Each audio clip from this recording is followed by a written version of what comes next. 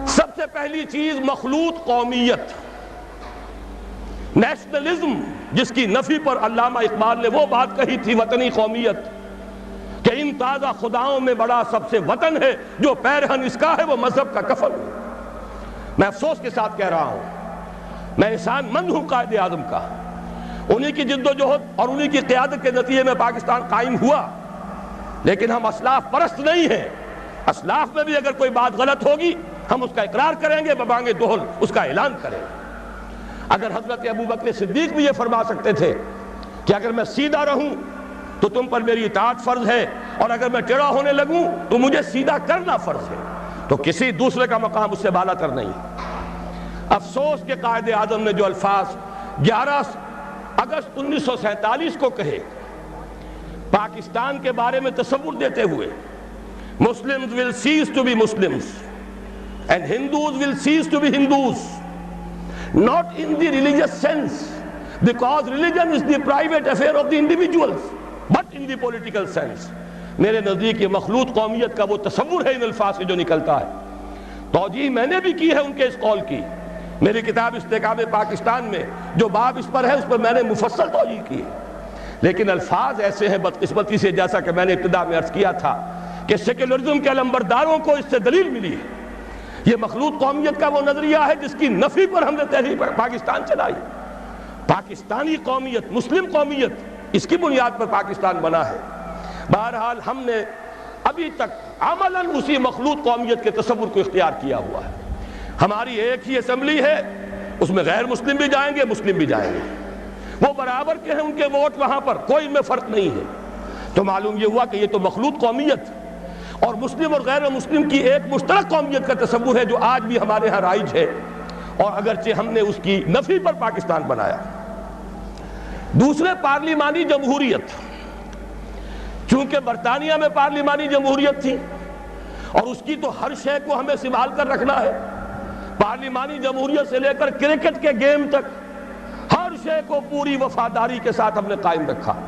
شاہ Diana کو بلایا تھا یہی دکھانے کے لیے کہ دیکھ لو، سرے منہ فرق نہیں آنے دیا ہم نے اس ملک میں، جیسا تم لوگ چھوڑ گئے تھے ویسا ہی آج قائم ہے۔ ہمارے ہاں اس پارلیمانی جمہوریت کو سمجھ لیا گیا ہے کہ شاید یہ منظم من اللہ ہے، اور تو کوئی راستہ ہے ہی نہیں، کوئی الٹرنیٹو ہے ہی نہیں، اس کو اصول موضوعہ بنا لیا گیا، اس لیے کہ اس نے ہمیں یہ پارلیمانی جمہوریت کا تصور دیا اور تھوڑی سی اس کی ہمیں تربیت بھی دے دی تھی۔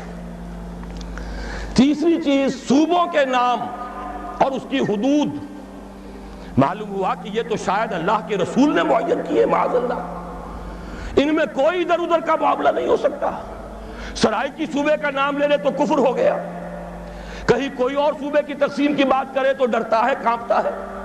صوبوں کی سینکٹیٹی، صوبوں کا تقدس اور اس کی بنیاد پر عصبیت جو دن بدن گہری سے گہری ہوتی چلی جا رہی ہے، یہ بھی در حقیقت کس کے صوبے تھے؟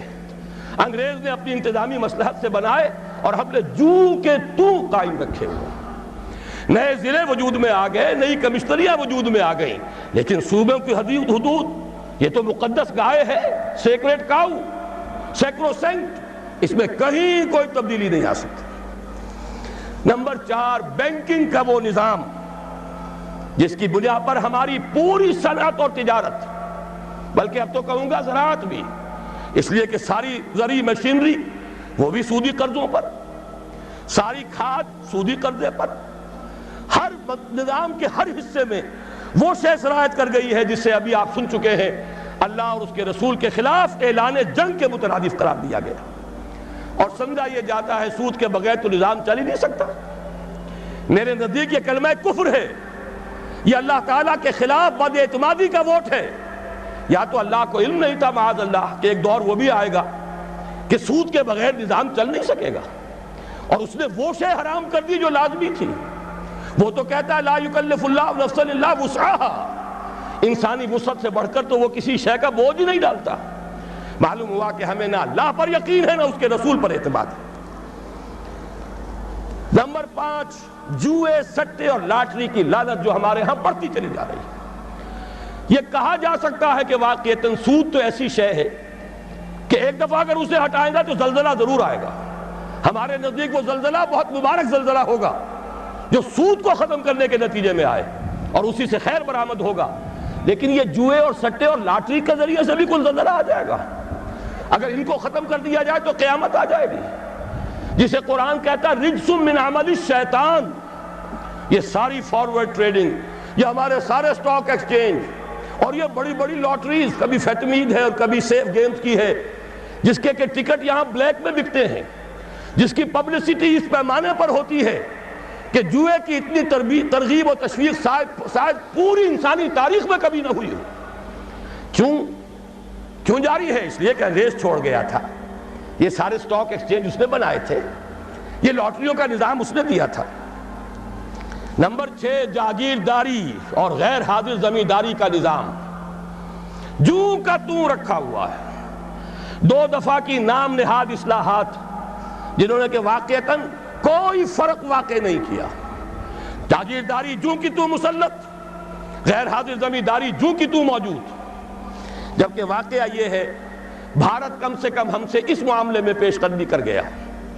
سرمایہ داری اور سود اور جوا اور سٹا اور رشوت، یہ ساری لعنتیں وہاں بھی ہیں جو یہاں ہیں. لیکن ایک قدم وہ اٹھا گیا تھا اور اسی کے نتیجے میں وہاں سیاسی توازن رہا، کم سے کم 40 برس تک سیاسی استحکام رہا، اور وہ تھا جاگیرداری کا خاتمہ. پہلے قدم اٹھایا. یہ ہمارے ہاں جاگیرداروں کا کھیل ہے، سیاست ان کا مشغلہ ہے، سیاست ان کا کاروبار ہے، اور وہی لوگ ہیں جو چھائے ہوئے ہیں. آج وہی انڈسٹریلسٹ بھی ہیں، انہی کی اولاد جو ہے، چاہے وہ سول سروسز ہوں اور بہت سے خود آرمی کے آفیسرز میں، وہ انہی کی نسلیں جو ہے وہ چلی آ رہی ہیں. اگرچہ یہ کہ آرمی میں ہمارا کامن مین بھی کافی گیا ہے، یہاں قربانی دینے کا معاملہ ہوتا ہے، لیکن یہ کہ سول بیوروکریسی تو تقریباً پوری کی پوری انہی پر مشتمل ہے. اور یہ جاگیرداری جوں کی تو قائم ہے. 7ویں چیز مخلوط معاشرت. مخلوط قومیت سے میں نے بات شروع کی تھی اور مخلوط معاشرت پر ختم کر رہا ہوں. شانہ بشانہ، قدم بقدم اختلاط مرد و زن، ہر میدان میں برابر. کہیں نہ سطر رہا، نہ حجاب رہا، نہ پردہ رہا.